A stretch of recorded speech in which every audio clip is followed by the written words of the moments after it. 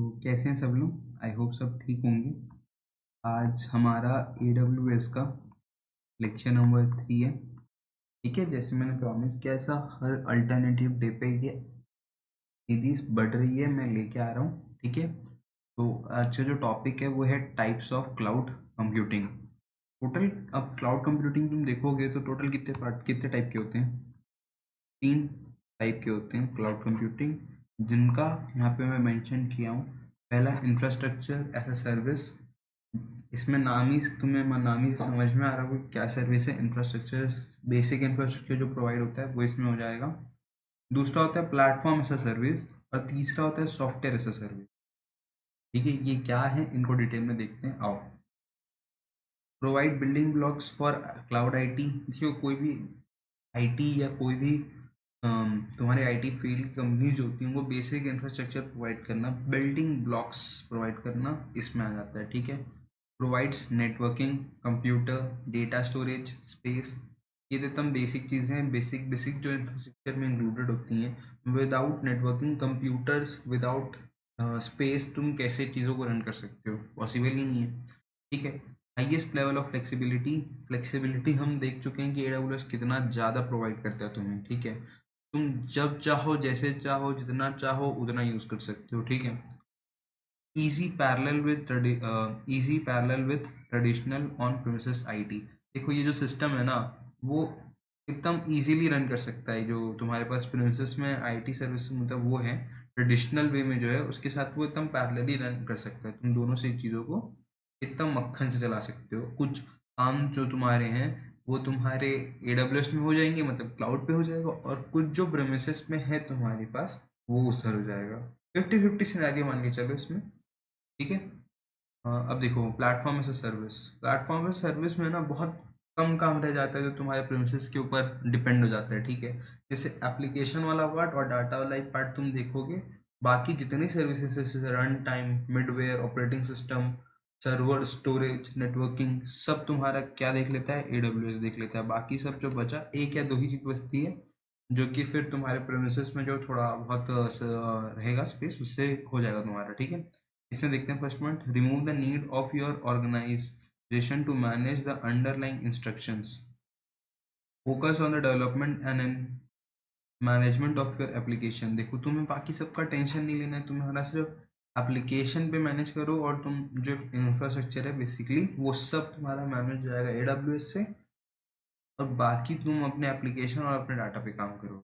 ठीक है, बाकी जो लास्ट टॉपिक बचा अपना, सॉफ्टवेयर एज अ सर्विस, ये तो सबसे बेहतरीन है। Complete product that is run and managed by the service provider.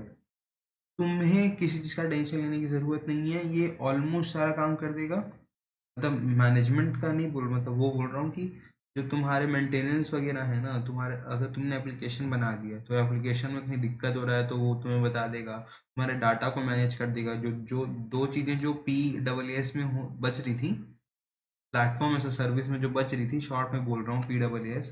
देखो, इन सबको ना शॉर्ट में भी बोला जाता है, इसमें LAAS।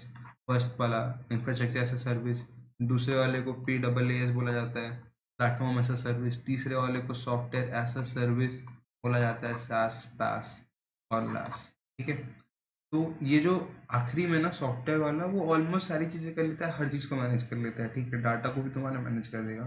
तो ये इसके हिसाब से इसकी प्राइसिंग भी होती है। आगे देखते हैं इस चीज़ को। ठीक है, अब मैं इसमें ना एक चीज़ तुम्हें बताने के लिए किया हूँ।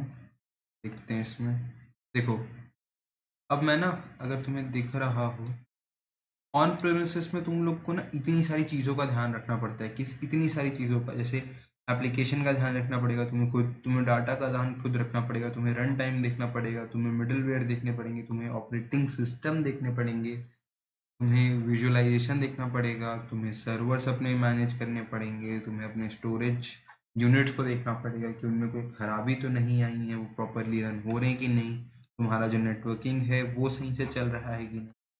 ये हर चीज़ जो है ना, वो तुम्हें देखनी पड़ेगी। ठीक है? ये बहुत दिक्कत वाली बात थी पहले, एकदम जब एकदम इनिशियल डेज हो गए ना जिसमें क्लाउड आया ही नहीं था, तो ये जो सारे काम होते थे वो ऑन प्रेमिसेस देखे जाते थे। तो ये बहुत ना इशू क्रिएट होता था इससे कि यार ये तो मतलब बहुत बड़ा टास्क हो जा रहा है ये कि इतने सारी चीज़ें कैसे करते हैं। अब मैं तुम्हें बताता हूँ एक-एक करके कि ये कम कैसे-कैसे हुआ, ठीक है? बढ़िया? कोई दिक्कत इसमें? नहीं? तो अपन इसमें पढ़ते हैं, डीप थोड़ा जाते हैं।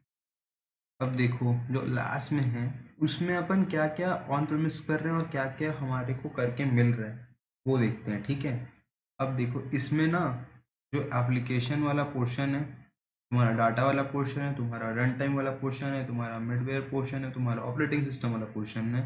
ये जो पोर्शन है ये इतना इतना जो पोर्शन है ना,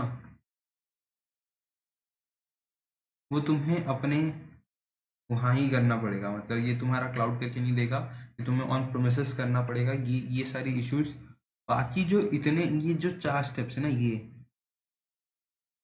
ये तुम्हारा एडब्ल्यूएस परफॉर्म करके देगा। इज़न्ट इट गुड कि तुम्हारे ये जो 4 टास्क हैं, अब तुम्हारा लोड कम हुआ इंफ्रास्ट्रक्चर एज़ अ सर्विस लेके।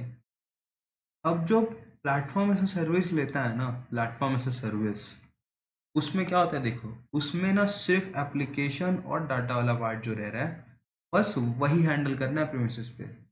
बाकी ये जो सब पूरा का पूरा है ना, पूरा का पूरा ये इन दोनों को छोड़ के बाकी सब एडब्ल्यूएस दिखेगा। बताओ, तुम्हें सिर्फ अपना एप्लीकेशन पे ध्यान देना है और अपने डाटा पे ध्यान देना है, बाकी सब एडब्ल्यूएस देख रहा है भाई। तो सोचो कितना वर्कलोड कम हो गया, बहुत ज़्यादा। और तुम्हारा किच किच जो चल रहा था इतनी सारी चीज़ों को रन करने में कि कुछ चीज़ें खराब ना हो जाए, कुछ चीज़ें अफेक्ट ना हो जाए, वो सारा दिमाग से हट नहीं जाएगा एक बारी। तुम्हें सिर्फ दो ही चीज़ों पे काम करना है, तो एक्चुअली तुम्हारा माइंड अच्छे से काम कर पाएगा, ठीक है? और बस इन्हीं चीज़ों को ना प्रोवाइड, मतलब देखो, स्टार्टिंगली तो तुम बना तो तुम ही रहे होगे, डाटा फीड तो तुम ही कर रहे होगे, तुम्हें डाटा को मैनेज और एप्लीकेशन को मैनेज करना है।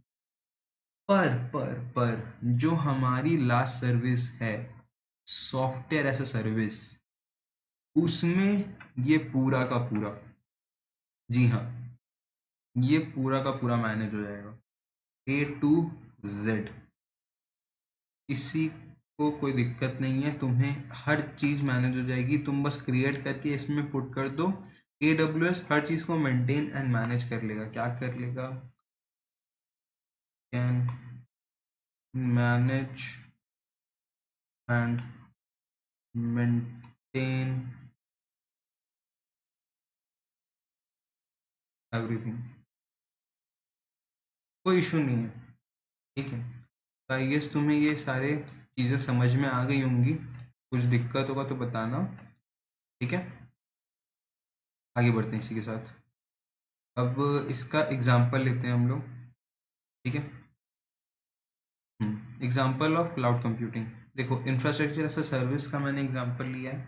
देखो अब ना ये सब तुमने सुना नहीं है, ये सब अंदर एडब्ल्यूएस के अंदर या वो चीज़ें हैं। तो एग्जाम्पल्स ये सब आ सकते हैं, उसको याद कर लो। अभी हम लोग आगे ना ये सब पढ़ेंगे भी, ये सब क्या होता है। अभी एग्जाम्पल्स, अब देखो मैं ये चीज़ यहाँ पे पढ़ा रहा हूँ तो तुम्हें बताना ज़रूरी है। अब ये तो नहीं कर सकता ना कि स्किप कर दूंगा, नहीं ना। तो इसको मैं बता रहा हूँ तुम्हें। देखो इंफ्रास्ट्रक्चर ऐसा सर्विस जो है, उसमें अमेजोन EC2 जो AWS में वो आ जाता है, GCP, Azure, Rackspace, digital ocean, Linode. ये सारे एग्जांपल्स हैं, तुम्हें याद रखने पड़ेंगे, ये MCQs में आ सकता है, ठीक है? अमेजोन EC2 आएगा, ये सब तो नहीं आएंगे, ये तो अलग हो गए, ठीक है? प्लेटफॉर्म एज अ सर्विस देखते हैं। प्लेटफॉर्म एज अ सर्विस में जो AWS में है वो है इलास्टिक बीनस्टॉक ऑन AWS, फिर हिरोकू है, गूगल ऐप इंजन है, ठीक है? विंडो एज्योर है माइक्रोसॉफ्ट का, ये इसमें भी आते हैं, ठीक है? और software as a service, software as a service many AWS services आ जाती हैं इसके अंदर। एग्जांपल, इसका प्रोनाउंसिएशन देख लेना तुम लोग, recognition for machine learning, Google apps, Gmail, Dropbox, zoom, ये सब आ जाता है, ठीक है? इसके बाद प्राइसिंग ऑफ द क्लाउड देख लेते हैं, जो कि बहुत इंपॉर्टेंट रोल प्ले करता है कि प्राइसिंग भी मैटर करती है, किस किस तरीके से तुम्हारी प्राइसिंग सेट की जाती है और किस तरीके से चार्ज होता है, ठीक है? ये देख लेते हैं। AWS has three pricing fundamentals following the pay as you go pricing models. देखो ये सारे जो 3 मॉडल है ना, 3 से 4 मॉडल हैं जो भी, वो इस बेसिस पे डिपेंड करते हैं पे एस यू गो। जैसे जैसे तुम उसको यूज़ करते जाओगे वैसे वैसे पे करना है। ऐसा नहीं कि तुम्हें स्टार्ट करने के लिए इतना बड़े अमाउंट पे करना पड़ेगा, बहुत बहुत बड़े चंक का नहीं, छोटे अमाउंट पे करो और तुम्हारे जो पे है, जो तुम्हें भरने होंगे पैसे, वो तुम्हारे बढ़ते जाएंगे जैसे जैसे तुम डिफरेंट सर्विसेज और उसको और यूज़ करते जाओगे, उस सर्विस को, उस पर्टिकुलर सर्विस को लार्ज लेवल पे। तो कंप्यूट का जो है सर्विस, वो तुम्हारे लिए अवेलेबल है, पे for computer time, computer time नहीं, कंप्यूट टाइम अलग चीज़ है वो। फिर स्टोरेज का है तुम्हारा, पे for data stored in the cloud. ये तो बेसिकली हर जगह तुम्हें पे करना ही पड़ेगा। जैसे गूगल क्लाउड भी देख लो, तुम अपने फोटो सेव करते हो तो जितना स्पेस तुम्हें चाहिए होता है तुम उसके लिए पे करते हो ना, तो वैसा ही समझ लो। Data transfer out in the cloud, देखो डाटा जैसे ही बाहर जाएगा तुम्हारा, वो तुम्हें चार्ज करेंगे। जो डाटा ट्रांसफ़र इन है उसमें चार्ज नहीं करेंगे, डाटा तुम डाल सकते हो, डाटा ट्रांसफ़र इन फ्री है। इसमें डाटा जो बाहर जाएगा उसके हिसाब से तुम्हारी चार्जेस चालू होंगे। जैसे कि तुम एक दिन में 50 डेटा डाले तुम लोग, ठीक है, 50 के अराउंड, पर निकाले सिर्फ 10, तो प्राइस किसका कैलकुलेट होगा, सिर्फ 10 का कैलकुलेट होगा। तो रखने में कुछ दिक्कत नहीं है, निकालते वक्त तुम्हें प्राइस चार्ज होगा। तो ये सारे डिफरेंट मॉडल्स हैं, ठीक है, जो कि ना बहुत इजी कर दिया आज की डेट पे। जो एक्सपेंसेस थे ट्रेडिशनल आईटी सिस्टम के, उसको बहुत ही ज़्यादा नीचे लेके आ चुके हैं ये लोग। और जितने ज़्यादा लोग इसे यूज़ करेंगे ये प्राइसेस और फॉल होते जाएंगे। अभी भी बहुत ज़्यादा हैं, एक स्टार्टअप के लिए तो बहुत ही ज़्यादा है, बट फिर जो कंपनीज अच्छे सा कमा रही हैं, अच्छा रेवेन्यू जनरेट कर रही हैं, उनके ऊपर जो एक था ना ट्रेडिशनल सिस्टम में, तो बहुत as comparison to that system बहुत कम पैसे लगते हैं अब, ठीक है।